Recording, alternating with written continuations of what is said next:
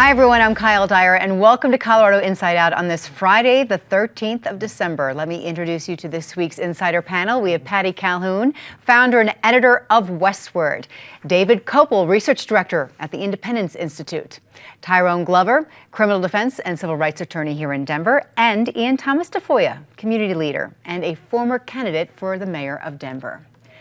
Two reports out this week confirm what many have felt. Colorado's economic activity is slowing down, but by how much? 15 years ago, Colorado came in at number 5 in the country for economic growth. In 2024, we're now at 41st in the nation. Patty, those numbers are in an annual report from the Leeds School of Business at CU. They say, we're still growing, but slow growth is what we're going to be doing now. Well, slow, smart growth doesn't sound bad. We do not have the infrastructure for a lot more people right now. It's a better idea to actually fix what we have and prepare. I don't think taking a breather is a bad idea. The other thing is the beating on the chest and, oh, woe is us. It used to be that Colorado was cool on its own, not because we were wooing businesses here. When you look at 2008 through 2011, I think we had more people moving here, more millennials especially, than any other city in the country. Colorado was booming, and they weren't coming here because they were being wooed by economic development enterprises. They came because they wanted to live in Colorado. And we need to return to giving people a good reason. One good thing that you saw in that report is that we are 49th in house price increasing. So we're 40, thank God, so people might actually be able to buy some houses. Okay, all right. Optimistic like that. David's laughing. Well, you could be a speechwriter for not only Governor Polis, but also Governor Newsom in California. You've taken golden states that are on the road to self-destruction by bad government. The Chamber of Commerce came out with a report this week saying that Colorado has become the 6th most heavily regulated state in America, prevented the formation of 9,000 new businesses in Colorado and cost 36,000 jobs, not for people who would have immigrated here with corporate welfare, but for the people who already live here. Part of the problem is our sclerotic, bloated state government. Since 2008, the population in Colorado has grown by 20%, but yet state government spending has grown by 200%. The new great news is we're now fourth worst for auto theft from being first worst, but we didn't used to be in the worst at all. So this is a dangerous state to live where we are grossly overtaxed and overregulated relative to the quality of government that comes. So no wonder our economy's going downhill. Whoa. All right, Tyrone. And I don't think that the story is that our economy is going downhill. I agree with Patty. It's slowing down a little bit. And if you look at the actual report, not the alarmist news coverage, they say that we're in a good place. Anyone who's been here or was here before 2008 can tell you that from 2008 to 2023, things have been booming, right? There's been cranes, in the sky. There's been people moving here by the loads. It's been in this aggressive growth posture. And at a certain point, these sorts of things are cyclical. We need to take a moment, let things slow down a little bit, get caught up. And I think it'll be nice when we're weathering things like some of the potential deregulation, tariffs, AI, potential mass deportations, to be in a place where we're kind of getting caught up, getting our foundation nice and shored up, as opposed to always being in this aggressive growth, which is what we've been in for the last almost 2 decades. Yeah. Ian, your thoughts? Yeah, the millennial here who met so many new friends who moved here. I never thought I'd live in a city that people came to make it and then couldn't make it and had to go back home to live with their parents. It's been tough. I mean, from 2008, I think my rent was $550. I was a teacher here in 5 Points. You fast forward to my friends who are struggling with 3 jobs to pay $2,000 a month. It is a challenge. I'll agree with that. I looked at those numbers too, and I said, good that the housing market's slowing down on the overall increase. Permits are up, so who knows? Maybe in a few years, people will actually be able to buy a house. I definitely have a lot of friends who want to have a house and they're thinking about family planning. All of this is being connected to with school closures, right? The plus side, the Build Back Better initiative, and just overall efforts, I think, from the state and local governments, there's a lot to be invested in infrastructure. We're seeing Excel upgrade a lot. We're seeing new transformer stations that are going along with that. And I would disagree with David. I think we passed $5 billion transportation bill just a couple years ago, SB 260, and that investment is taking place now. And we're also investing in public transportation. And our air quality, for example, is not getting better. So perhaps some of these regulations can take effect while we're growing a little less. This week, the U.S. Supreme Court heard arguments regarding a proposed railway expansion that would allow containers carrying billions of gallons of crude oil to come into Colorado from Utah on their way to the Gulf. The Uinta Basin Railway was first approved 3 years ago, but then Eagle County teamed up with some environmental groups and sued, saying that the project and the approval process violates a law that requires federal agencies to look into environmental impacts. Well, last year, an appeals court said, let's pause. And now, David, this is before the Supreme Court. Right, and this is not a state issue, but a federal government issue, the same kind of thing, of sclerotic overregulation.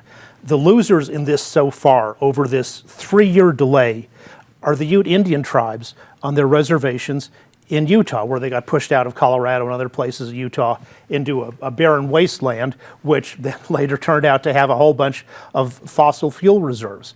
The issue is to build from their reservations an 88-mile spur to connect to the national rail network so they can sell their oil into the national market. But yet, the regressives, who have a extreme religious fundamentalist opposition to the use of fossil fuels in any form, sued to prevent it, and they said, and the D.C. Circuit Court of Appeals agreed, that the federal law says not only are you supposed to take into account and carefully study what's the effect of this 88-mile rail spur, is it going to be safe and all that, but you're also supposed to account for things that the Surface Transportation Board has no power over. Like with more oil coming into the system, maybe more oil refineries will be built in Texas and Louisiana. This looks like this will be a unanimous loss in the Supreme Court. Okay, no decision probably till the spring or summer. Tyrone. Yes. Yeah, but I think what we need to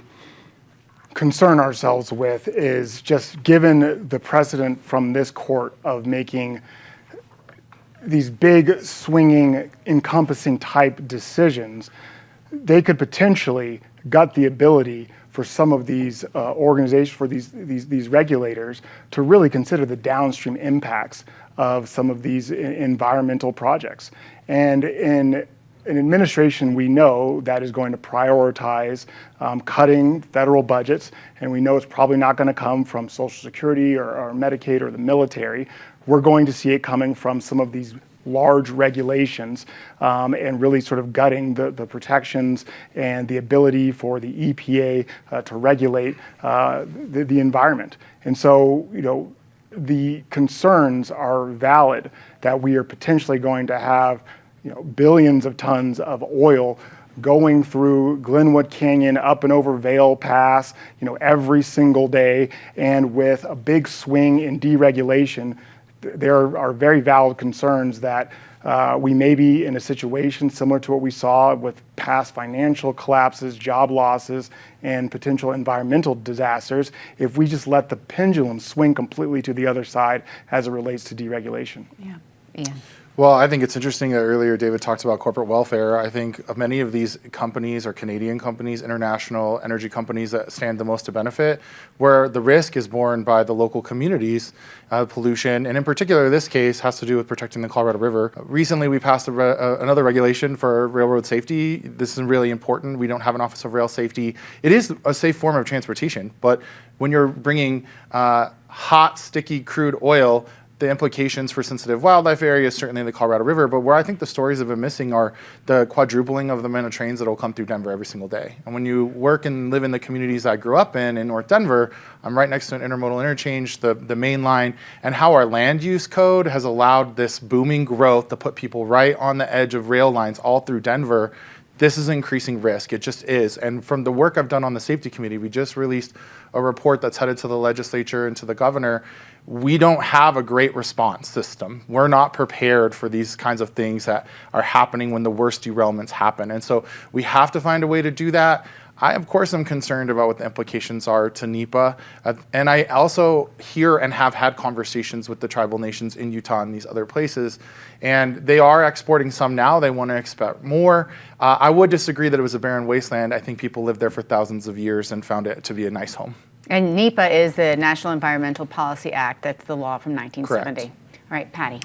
Well, speaking of effects in Colorado, we have our Colorado Supreme Court Justice, Neil Gorsuch, who did recuse himself last week, so he did not hear this. That's because he had ties to Phil Anschutz. When you're talking about who stands to benefit from this railway going through, Phil Anschutz, who has trains among many other possessions, including the Broadmoor and the Denver Gazette and the Colorado Springs Gazette.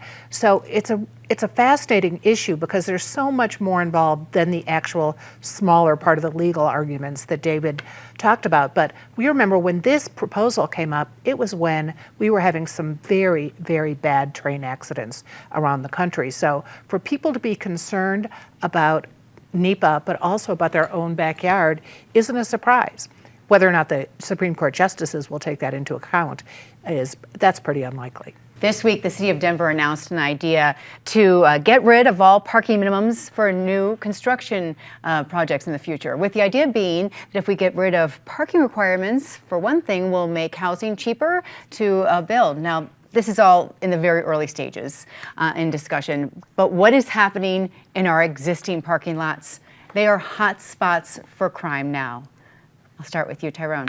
Yeah, I'll address the crime piece. Now, I think it came out that a number of these vehicles that are being stolen were being ultimately offloaded and sold by the cartels to sort of enrich them. Sort of the good news about this type of crime is it is economically driven. This is an underground sort of shadow economy and market. And there are ways, I think, to put real dents, in these types of car theft crimes because they're economically driven. And for there to be a good shadow economy, there has to be a good market. And when there's not readily available, easy to steal vehicles where the people stealing them are not getting caught or are getting caught, then they find somewhere else. With the advent of the internet and I think these criminal organizations being able to identify cities like Denver that have seen a lot of growth recently that are maybe not too hip on how to prevent auto theft, then they come here, they set up their operations, but as soon as it's no longer economically viable, they'll probably find a different city to really sort of operate out of. I mean, if you look at cities like Houston or Atlanta or even places in California that have effectively regulated car theft, you see huge decreases, 40, 50%. This really is a crime of opportunity. And I think now that we are aware of it, it's going to come to pass. Okay.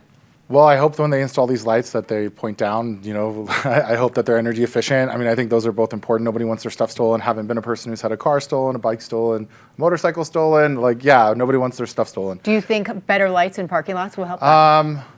Well, I drove like a Honda that people just hit with a screwdriver. So, that was like in 1990. I think that was like a defect in the thing. I mean, a lot of that's education, right? As we're doing with parking minimums, these parking lots are going to probably be more expensive because they're going to be more required for people. But not everybody has to take transit or take transportation that way and could choose transit instead, I suppose, if it's funded. What I find really interesting about this is I have heard for years, and including running for mayor, that this is a cost of development. I think I've heard numbers like $100,000 a parking spot if it's underground. And a lot of that is connected to some regulation. Right now, they're having this conversation at the state around dewatering permits, they're called. But basically, you put a parking garage underground or you put an elevator shaft underground, and they have to pump the groundwater out to protect the foundation. Sometimes that groundwater is polluted. Like the old Elitch sites or up in Commerce City, you may have uranium or PFAS or other dry cleaner chemicals that we have to actually make sure that we treat before they go out. And there's a cost. If we just left it in the ground, it wouldn't be that way. Whether or not the $100,000 a spot savings gets passed on to people with rent, unlikely, it seems like to me. Developers say we shouldn't have to build these, it's going to lead to cheaper rents, but when have we seen anyone in the last 20 years lower their rent? That seems ridiculous to me. And I still think they'll probably build some parking spots because we need that for people with accessibility and disabilities. People are still going to want that in their apartments. But overall, I will see if this has the muster to pass. I'm just not sure. Denver tried a few years ago just around transit lines, and they couldn't get it done. So I'm just not sure. Okay. All right, Patty.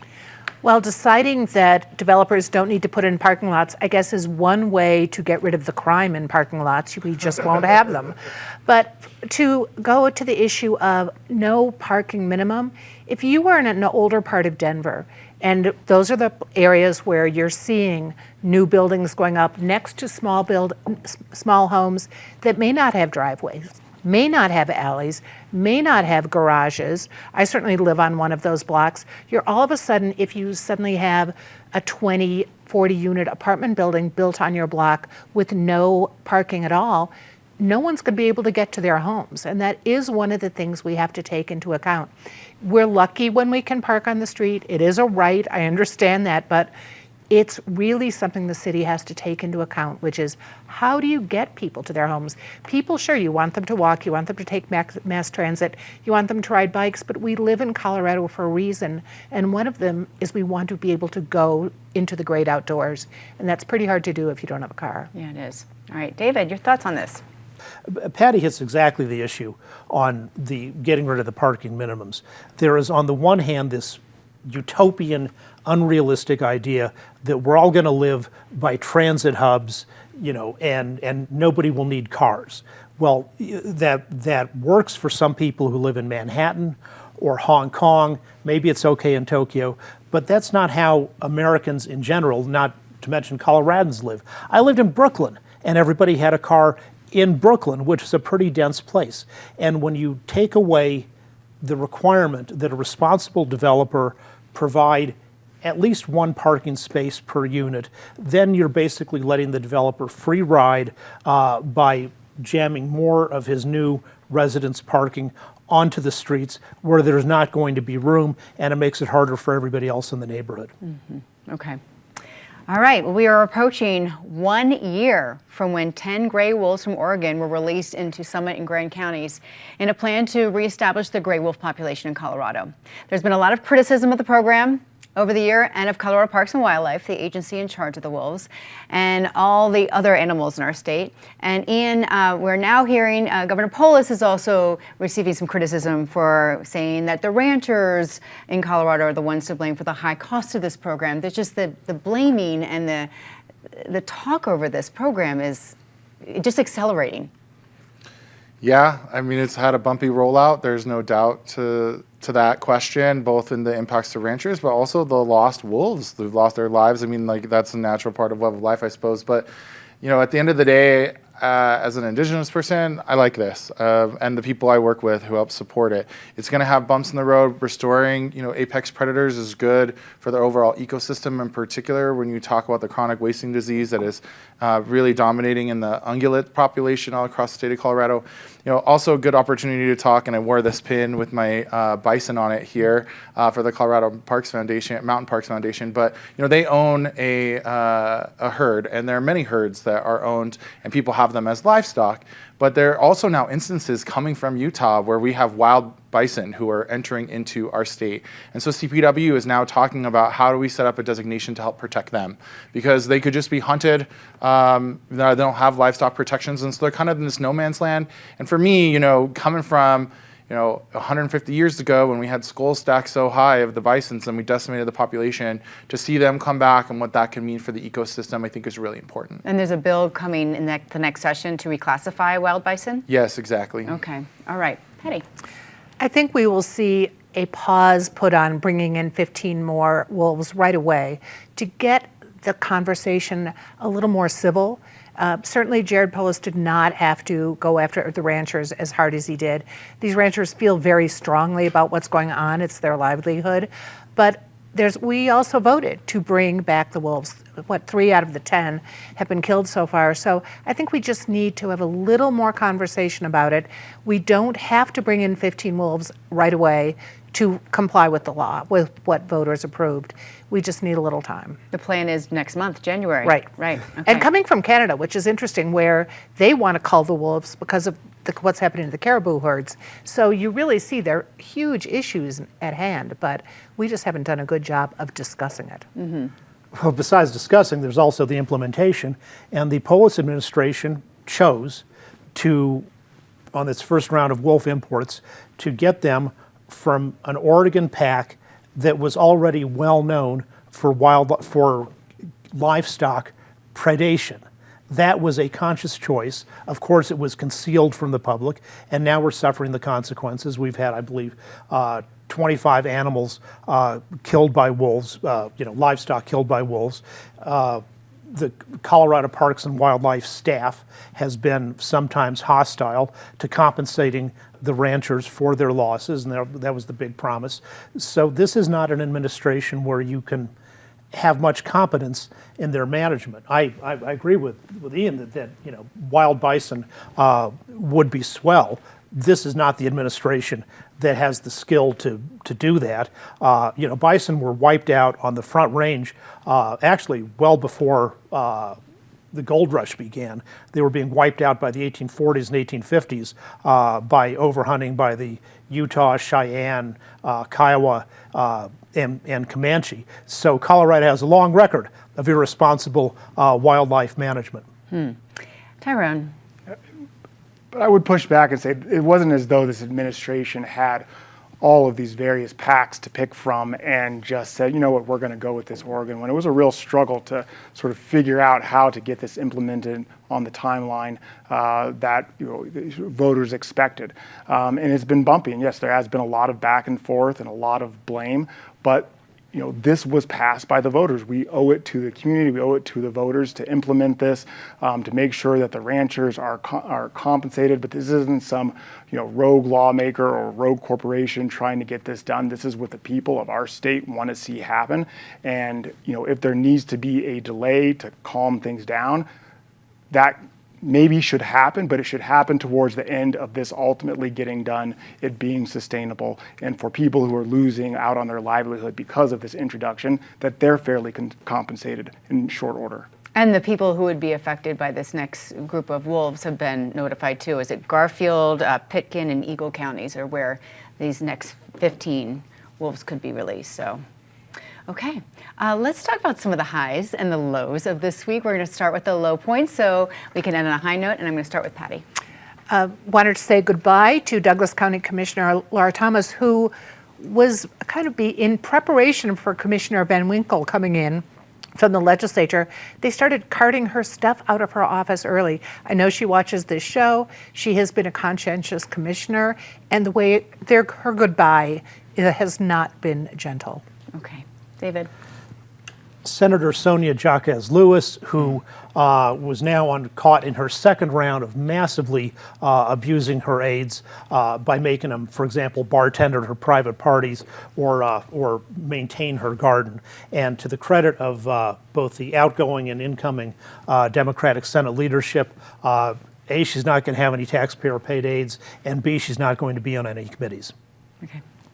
An expansion of some of the convictions that would disqualify someone from being in law enforcement, being a police officer. A bunch of misdemeanors that frankly should have been on that list were recently added. And I think that this comes on the end of the $350 million that voters approved. I think this is a victory for law enforcement accountability and integrity, going into what is hopefully an era of more public confidence in our law enforcement officers. Okay, all right. My low this week goes to Mayor Mike Johnston and his administration, who seems to be failing to implement environmental policies, and that's part of why I ultimately ended up supporting him. Waste No More, the voter ballot issue that I helped write, not being implemented. We got paid for our trash, but now they're cutting back on our services. That makes no sense. We made progress on Energize Denver. He's acquiescing. Does not bode well for our upcoming franchise agreement with Xcel Energy. Okay, all right. Let's talk about something positive, Patty. $56.4 million worth of positive. We had our 15th Colorado Gives charity fundraiser on the 10th, and it really worked out for thousands of charities. Okay. the man who really is the man of the year is Javier Milei, the president of Argentina, who took office December 10th, 2023, with a country that was in crisis and has turned it around in a way that is inspiring people all over the world. You had inflation in that country running at 25% per month. It's now down to 3% per month. Employment's up. The poverty rate has fallen. For the first time in 123 years, the country is not running a budget deficit. And he's been slashed regulations, eliminated lots of government departments, which in that case were a bunch of no-show parasites in the first place. And he's also doing great on expanding civil liberties, such as for the first time, Argentinians now having a right to a jury trial. Okay, all right. Yeah, I want to shout out one of Denver's most, I think, maybe nationally known muralists and artists, Thomas Detour Evans. He's traditionally a muralist, but it's my understanding in January of next year, he's having a sculpture that's going to be in Concourse B at DIA. So I'm really looking forward to that. There's a great article out about him, and always been a big fan of his work. He is. It's going to be all the different suitcases, right? Collection of suitcases, like overhead. Up overhead. Yeah, I which can't is wait really to cool. see that. Different medium than he normally works in, but it's looking like it's going to be phenomenal. And it's Concourse B. Concourse B is my Good. understanding. Okay. Yeah. Good to know. All right. I want to shout out the outgoing Biden administration, in particular the tribal White House summits that they've had, and Deb Haaland, who's been an inspiration to me and I think many others. The leadership that I've seen from tribal leaders in ecological restoration projects, taking advantage of the Build Back Better to improve the infrastructure in tribal lands, which has clearly not been funded and has been exceptional. And so I'm just really grateful for the friends that we've made through this administration, and I'm hopeful that these leaders in these tribal nations continue to go on to do even bigger and better public works projects for their people. Oh, good. I'm glad you brought that up. All right. To kind of go along with Patty, Colorado Gives Day this week. It's just so wonderful to see the generosity of the people here in Colorado. And specifically, I will speak for PBS 12. Thank you very, very, very much for those of you who donated. We exceeded our goals this year, which is amazing. So we appreciate for all the work that we do, that you support us and like what we do and want to get behind us. So thank you very much. And thank you to the team here, not only on this table, but everyone behind the scenes that is working for you each week. I will see you next week here on PBS 12. I hope you have a great weekend.